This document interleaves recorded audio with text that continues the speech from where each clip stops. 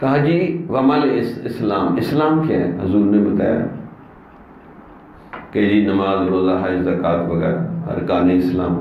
پھر پوچھا ایمان کیا؟ ارکان ایمان بتائیے کہ اللہ پر، فرشتوں پر، نبیوں پر، تقدیر پر، ان سب چیزوں پر ایمان۔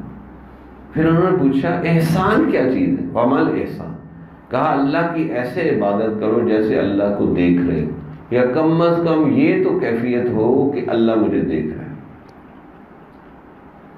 تو اسلام بھی ہمارے پاس ہے، ایمان بھی ہے، یہ احسان والی کیفیت نہیں ہے، یہ کیونکہ سب سے اعلیٰ کیفیت ہوتی ہے۔ تو یہ مشائخ کی صحبت سے نصیب ہوتی ہے کہ بندے کے دل کے اندر ایک اللہ کی محبت انجیکٹ ہو جاتی ہے۔ حتیٰ کہ حضرت امام ربانی مجدد الفسانی فرماتے ہیں صحبت کی برکت سے جو بندہ کثیر عرصہ اللہ والوں کی صحبت میں رہتا ہے وہ ہر وقت اس کو اللہ یاد رہتا ہے، حتیٰ کہ اللہ کو بھلانا بھی چاہے تو نہیں بھلا سکتا، بھلانا بھی چاہے تو نہیں بھلا سکتا، ہر وقت اللہ یاد رہتا ہے۔ یہ ومل احسان والی کیفیت ہے۔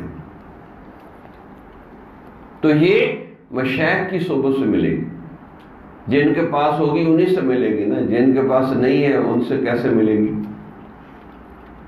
تو یہ نسبت چلتی آ رہی اور قیامت تک چلے گی، کیونکہ اللہ نے حکم دیا قیامت تک کے لیے کونوا مع الصادقین، سچوں کے ساتھ ہو جاؤ۔ قیامت جب تک قرآن رہے گا یہ نسبت بھی رہے گی۔ اب اس کے حصول کی کوشش کرنی ہوتی ہے۔ جو بندہ کثرت سے صحبت میں آتا ہے اس کو جلدی ملنی شروع ہو جاتی ہے، وظائف کرتا ہے، گناہوں سے بچتا ہے تو یہ چیز اس کو جلدی نصیب ہونا شروع ہو جاتی ہے۔ پھر وہ علم حاصل کرنے لگ جاتا ہے، عالم بھی بن جاتا ہے، پھر اور زیادہ آسان ہو جاتی ہے، پھر دین کی دعوت دینے لگتا ہے، اور زیادہ آسان ہو جاتی ہے۔ تو یہ اس نسبت کے حصول کے لیے آپ لوگ یہاں آتے ہیں۔ تو اس وجہ سے پھر محبت ہوتی ہے۔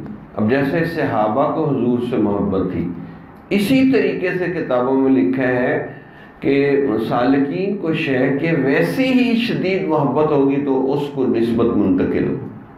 محبت میں کمی ہوگی تو نسبت منتقل نہیں ہوگی۔ تار ڈھیلا ہو تو کرنٹ آئے گا، ٹائٹ ہوگا نا تار تو پھر ہی کرنٹ آئے گا۔ تو اسی طرح جتنی شدید محبت ہوتی ہے اللہ کے لیے تو کرنٹ آتا ہے۔ جمال الوجود بذكر الإله وتصفو الحياة بنور